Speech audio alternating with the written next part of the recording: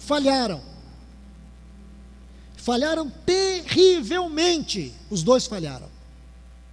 Mas teve uma diferença aí. Pedro alcançou. Pedro, ele se permitiu ser abraçado pela misericórdia do Senhor. Judas não. Judas se fechou. Judas decidiu pela sua vida. Judas não permitiu Cristo decidir pela sua vida.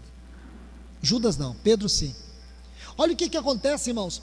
Se você estudar a história de Jesus com os apóstolos, você vai ver que somente para 2 apóstolos Jesus fez um banquete. Ele fez um banquete para Judas e ele fez um banquete para Pedro. O banquete que ele fez para Judas está lá em João 13. Ele pegou aquele pedaço de pão molhado, ele colocou na boca de Judas. Aquilo era uma tradição judaica. Tradição judaica. Quando você queria honrar uma pessoa, você o convidava para um banquete na sua casa. E você convidava outros amigos que participassem também daquele banquete.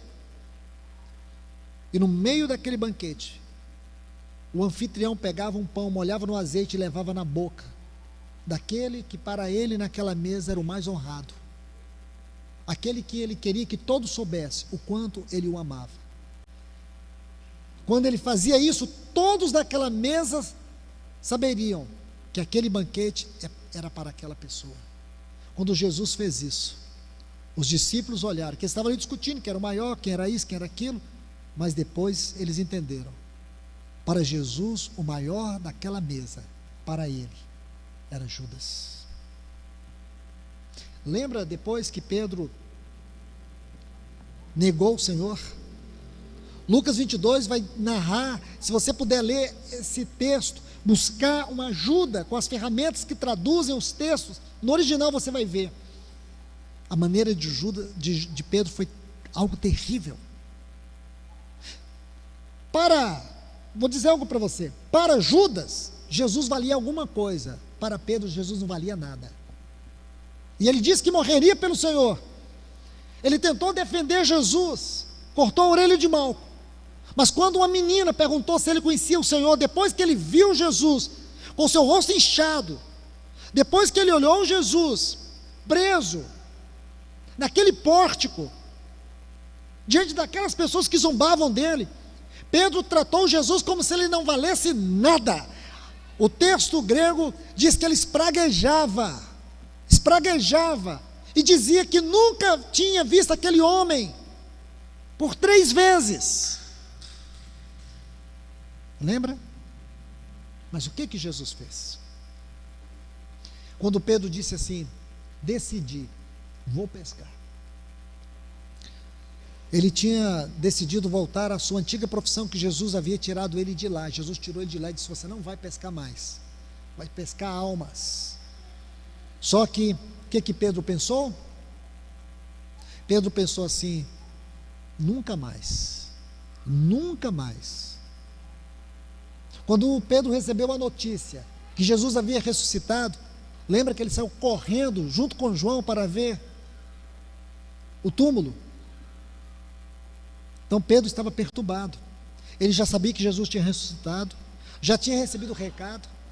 Aquela mensagem lá de Marcos, quando Jesus diz para aquelas mulheres: vá, avise para os meus discípulos que eu vou adiante deles para Galileia, e a Pedro. Se Judas não tivesse feito o que fez, Jesus teria dito: e a Judas e Pedro. Mas Jesus disse: e a Pedro. Por quê? Porque Judas deu fim à sua vida.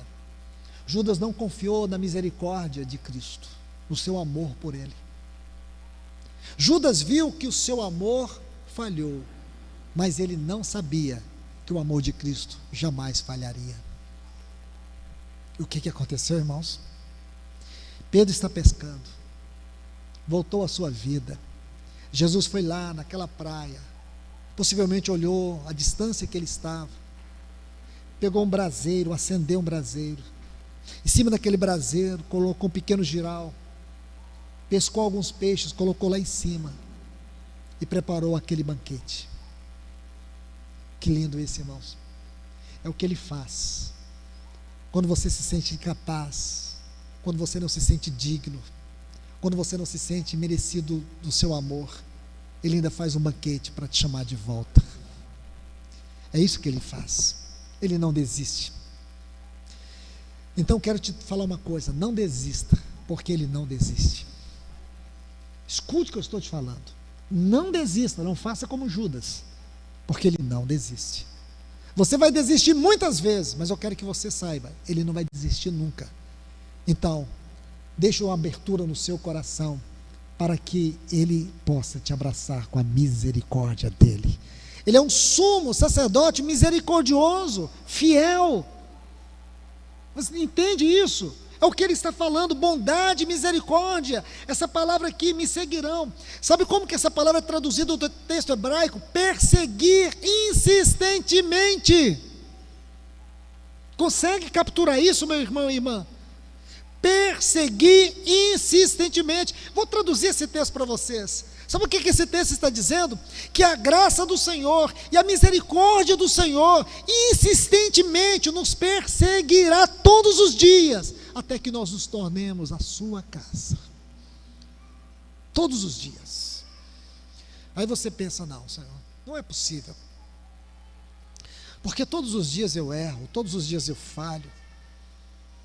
Olha o que eu sou para ti todos os dias. Você consegue imaginar isso? E aí, irmão, Satanás começa a lançar dúvida. Realmente, você falha tanto, você erra tanto, você é tão negligente. Isso você é todos os dias. Só que o amor dele não falha, o amor dele não muda, o amor dele não sofre nenhuma sombra de variação por você. Esse texto diz que a sua misericórdia, que o seu amor insistentemente nos persegue. Por isso, nada nos faltará.